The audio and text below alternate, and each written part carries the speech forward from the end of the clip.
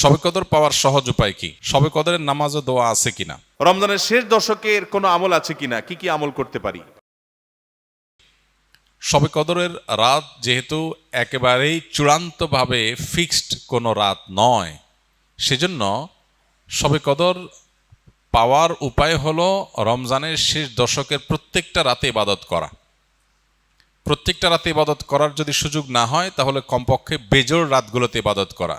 নবী সাল্লাল্লাহু আলাইহি ওয়াসাল্লাম বলেছেন, তাহাররাউ লাইলাতুল কদরি ফিল বিত্রি মিনাল আশরিল আওয়াখিরি মিন রমাদান। রমাদানের শেষ দশকের বেজোড় রাতগুলোতে তোমরা কদর তালাশ করবে। তার মানে এর মধ্যে যে কোনোটা হতে পারে।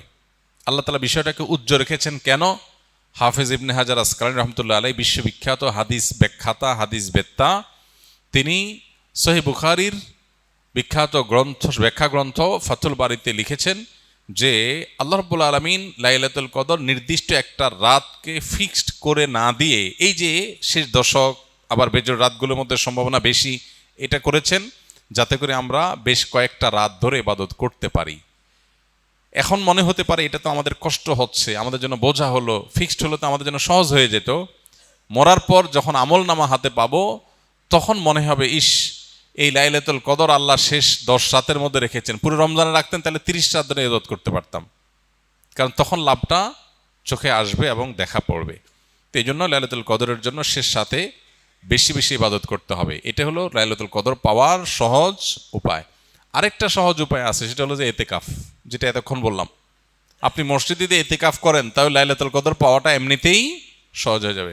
এমনকি এতেকাফকারী ব্যক্তি, যদিও শেষ দশকে নবী সাল্লাল্লাহু আলাইহি ওয়াসাল্লাম রাত জেগে থাকতেন, যদি কোনো কারণে তিনি ঘুমাতে হয়েছে, ঘুমিয়েছিলেন, তারপরে এতেকাফ করার ব্যক্তি ঘুমাইলেও সেটা ইবাদতের মধ্যে। বাসার ঘুম আর মসজিদে এতেকাফকারীর ঘুমের মধ্যে পার্থক্য আছে। মসজিদে অবস্থানটাই ইটসেলফ একটা ইবাদত। অতএব আপনি যদি চান যে আমার লাইলাতুল কদর মিস না হোক, তাহলে তার জন্য সবচেয়ে মোক্ষম সুযোগ এবং সবচেয়ে সহজ উপায় হলো এতেকাফ করা। এতেকাফ অত্যন্ত প্রেমময় একটি ইবাদত, যেটা খুব ভেতর থেকে ফিল করা যায়। আল্লাহর সাথে একান্তে কথা বলা যায়, অনুভব হবে যে আমি আল্লাহর ঘরে আছি, আল্লাহর ঘরে হাজির হয়ে গেছি। সবাই বের হয়ে যাচ্ছে, আমি বের হচ্ছি না, কারণ আমি আল্লাহর ঘরের বন্দী, নিজেকে বন্দী করে ফেলেছি। অন্যরকম এক ফিল আসবে ইনশাআল্লাহ বিসমিল্লাহ। অনেকেই শবে কদর সম্পর্কে জানতে চাই, কোন রাতে নামাজ আদায় করব, কি নিয়মে নামাজ পড়ব ও কি দোয়া করব। এটা আমরা এই যে এতক্ষণ বললাম, আশা করি যেটা উত্তর হয়ে গেছে। শবে কদরের নামাজ ও দোয়া আছে কিনা? শবে কদরের অন্যতম আমল হলো রাতে দাঁড়িয়ে ইবাদত করা, নামাজ পড়া। এই জন্য আমরা লাইলাতুল কদরে ইনশাআল্লাহ তৌফিক অনুযায়ী 2 রাকাত করে করে লম্বা লম্বা কেরাত, লম্বা লম্বা রুকু, লম্বা লম্বা সিজদা দিয়ে খুব মনোযোগের সাথে দীর্ঘ সময় নিয়ে আমরা নামাজ আদায় করার চেষ্টা করব। এটাই হলো লাইলাতুল কদরের নামাজ। এর কোনো রাকাত সংখ্যা নাই যে এত রাকাত পড়তে হবে, যার যতটুকু তৌফিক হয়, 2 রাকাত, 4 রাকাত, 6 রাকাত, 8 রাকাত, তারাবির পরে রাতভর আমরা সে নামাজগুলো পড়তে থাকবো ইনশাআল্লাহ। নামাজের পাশাপাশি লাইলাতুল কদরে করার জন্য স্পেশাল আমল নবী করিম সাল্লাল্লাহু আলাইহি সাল্লামের পক্ষ থেকে রেকমেন্ডেড আমল একটাই আছে, সেটা হলো মা আয়েশা রাদিয়াল্লাহু তাআলা আনহা বর্ণিত হাদিসে যে দোয়ার কথা আমরা জানি, সেটা হলো আল্লাহুম্মা ইন্নাকা আফুউন তুহিব্বুল আফওয়া ফাফু আন্নি। হে আল্লাহ, আপনি ক্ষমাশীল, ক্ষমাশীলতাকে পছন্দ করেন, অতএব আমাদেরকে ক্ষমা করে দিন। এই দোয়া বেশি বেশি করে করা। এর বাইরে আমরা জিকির, আজকার, তাসবিহ, কোরআন তেলাওয়াত, দোয়া, রোনাজারি, এগুলোর মাধ্যমে পুরো রাত অতিবাহিত করার চেষ্টা করব ইনশাআল্লাহ। নামাজের ক্ষেত্রে বিশেষ কোনো নামাজ নাই যে লাইলাতুল কদরের এরকম এত রাকাত নামাজ, প্রথম রাকাতে অমুক সূরা এতবার, তমুক সূরা এতবার, এরকম কোনো বিশেষ নিয়ম নাই। বরং অন্য যে কোনো নামাজের মতো যে কোনো সূরা দিয়ে আমরা নামাজগুলো পড়তে পারি। শবে কদরের কোনো আমল আছে কিনা? শবে কদরের আমল আছে ভাই। শবে কদরের সব ধরনের ইবাদতই করার চেষ্টা করতে হবে সাধ্য অনুযায়ী, যেগুলো করা সম্ভব হয়। বিশেষ করে কোরআন তেলাওয়াত করা, 2 রাকাত করে লম্বা কেরাত, লম্বা রুকু সিজদা দিয়ে যতটুকু পারেন নফল নামাজ পড়বেন।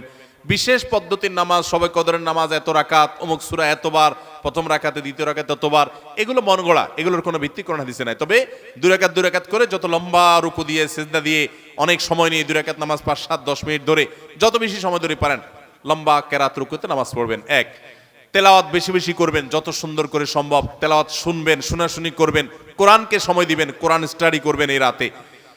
আর বিশেষ করে একটা দোয়া আমাদের আয়েশাকে রাদিয়াল্লাহু তাআলা আনহাকে নবী করিম সাল্লাল্লাহু আলাইহি ওয়াসাল্লাম শিক্ষা দিয়েছেন, আল্লাহুম্মা ইন্নাকা আফুউন তুহিব্বুল আফওয়া ফাআফু আন্নি। আল্লাহ আপনি ক্ষমাশীল, ক্ষমাকে ভালোবাসেন, আপনি আমাকে ক্ষমা করুন।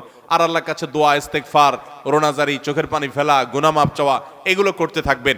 দান সাদেকা করার সুযোগ থাকলে সেটাও করবেন, অর্থাৎ যে কোনো সাধারণ আমলই করবেন। হাদিসে বিশেষ করে এই দোয়াটার কথা বলা আছে, এটা আমরা লাইলাতুল কদরে পড়ব।